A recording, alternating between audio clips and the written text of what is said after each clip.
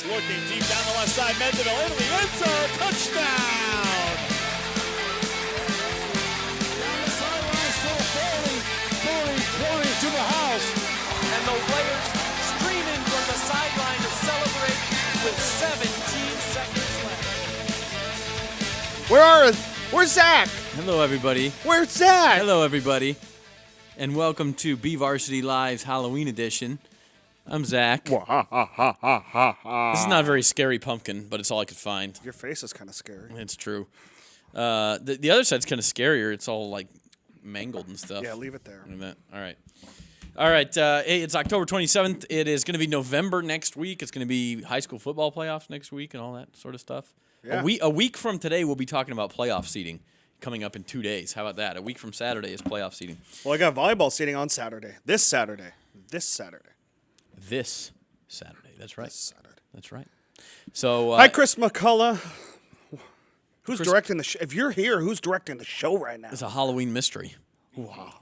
Fall sports are in Leave it for BG. full rage. Yep. And it starts, I think, with golf and tennis that are both already in the postseason. Yep. Golf had the area championships this past Monday. They did. Section championships coming up, actually, on Halloween next Monday. And tennis is into the team playoffs area meet this weekend. What's going on in those sports? Like you said, golf, it was Lexi Keene winning her third South Area Girls Golf Championship at Buena Vista on Monday. She shot a 77.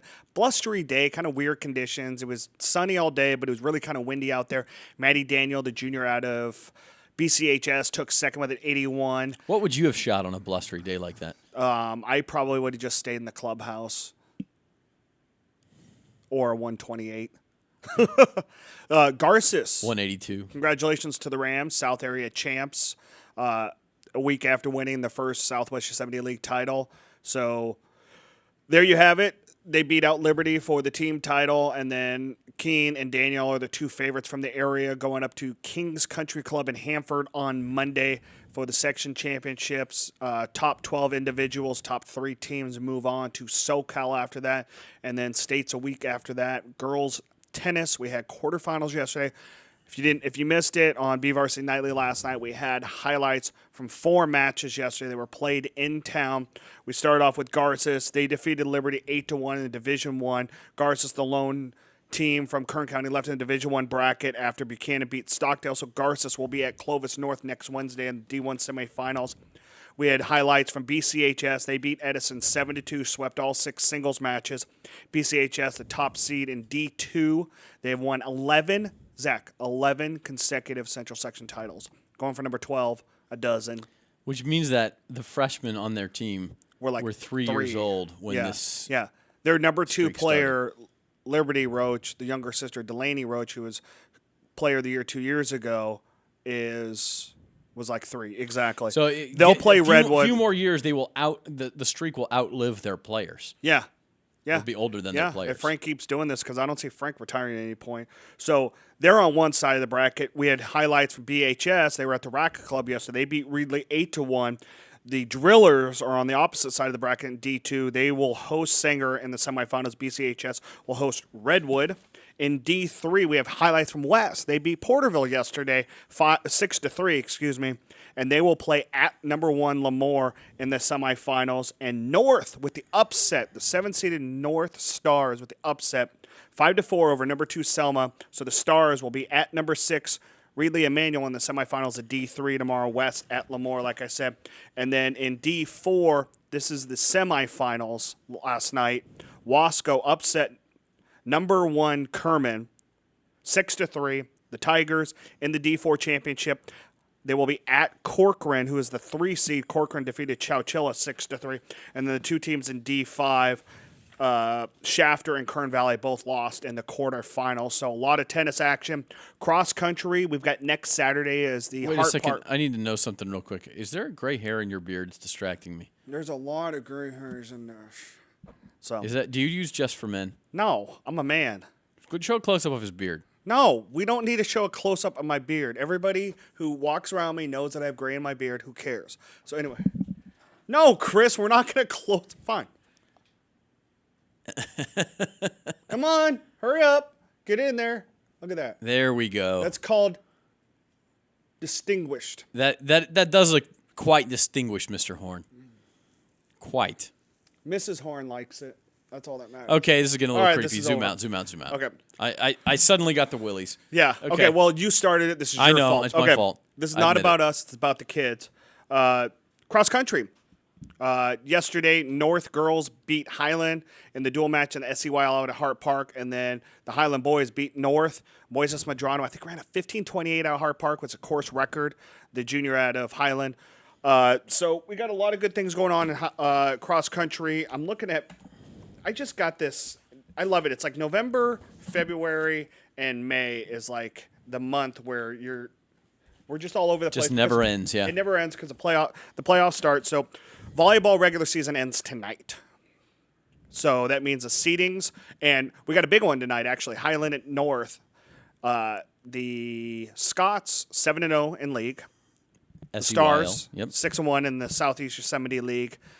Highland won the last matchup at home, and so tonight is for the league title. North has not won a league title since 1993. So if the Stars are able to win on senior night, they will tie for the SEYL title with Highland for the first league title since you were born. I'm kidding, obviously. But I mean, it's a long time. We're talking 23 years. Yeah. We're talking 23 years, so it's been a long time. So there's a big matchup tonight. The other three leagues, SSL, obviously BCHS ran away with that as they always did. They didn't even lose a set all season in league. They finish up tonight. They had a tough one last night. They though. did, but Yeah. that's a very good CVC team. 5 sets against CVC. Yeah, and then they got to play again tonight. And then Liberty clinched the Southwest Yosemite League with a win over Centennial. And then it was Tehachapi, who all three levels, which is kind of cool, all three levels undefeated in SYL this year.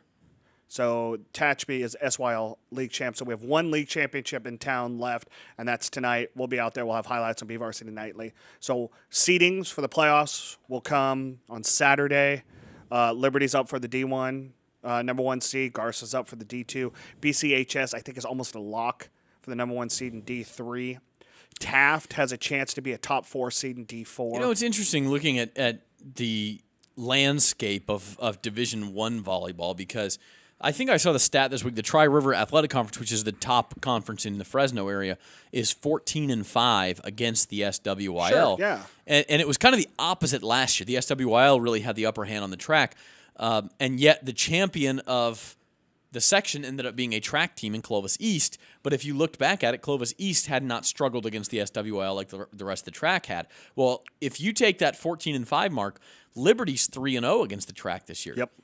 And meanwhile, the top teams in the track, Clovis and Central, are beating each other up. And it's 2-0 against a Centennial team who beat Central. So it's a really it's really kind of setting up for Liberty, even though their league has a lot. We always talk about these SWL versus track matches as being huge for seeding, but in this particular case, Liberty could sneak in and get the number one seed, even though the SWL took I think the brunt only of thing it. that's really going to fall against Liberty in their favor is the fact that they don't have a lot of matches outside of league games against the Central section because they played so few games in section tournaments in September and October. That's true, but I think there's an argument. There's certainly an argument to be made for them as number one. I'm not saying they're a lock to get it, but despite that 5-14 record for the SWL against the track, Liberty has almost separated itself from that.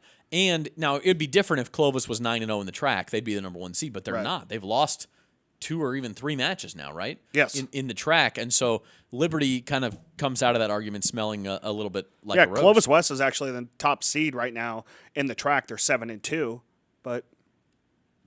So you said you have some Max Press playoff predictions in there, and these are basically purely based on the computer ranking of the teams. So take them with that grain of salt. Liberty's a 1, Clovis is a 2, Clovis West is a 3, Buchanan's a 4, Central's a 5. Where I would actually put Central a little bit higher because they're actually 2-0 against Clovis in league, and then Clovis and Clovis West play against each other. So you could have 7-3 teams tying for tri-champs of the Tri-River Athletic Conference this year between Clovis West, Central, and Clovis. And then Liberty's up there. They play BHS tonight. BHS, obviously winless, a young team. We certainly expect Liberty to go. But sweet- strange things happen, especially on those last nights of the year where you think you have everything sewed up, the playoffs are coming, and you just have that and letdown. senior night, and senior night's always unique. You look at Centennial. Centennial just came out firing against Liberty on senior night, and they had the three seniors, Emily Hansen being one of them, obviously, who is a candidate for Player of the Year because of her total versatility. But they came out firing, even though they're only 3-6 in league right now. But a lot of things can happen on senior night. But yeah, you look at that and you got to figure that they're going to be there. Same thing if you look at Max Prep's Division II rankings. Garces is number 1, despite being 4-5 going into the finale tonight in league.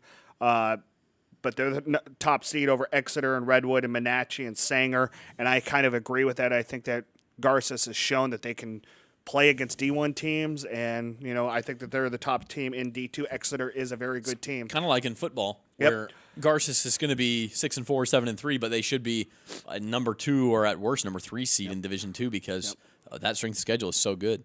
Top 3 seeds for Max Preps are kind of like, for me, in D3, BCHS 1, Mission Oka, Tulare Union 2, Yosemite of Oakhurst 3. You think Yosemite, you always think girls basketball, but their girls volleyball team is actually very good this year. And in Division 4, it's Sierra Toll House, number 1, Madera Liberty Ranchos, who was, I think, 21-0 at one point this season before they lost in league.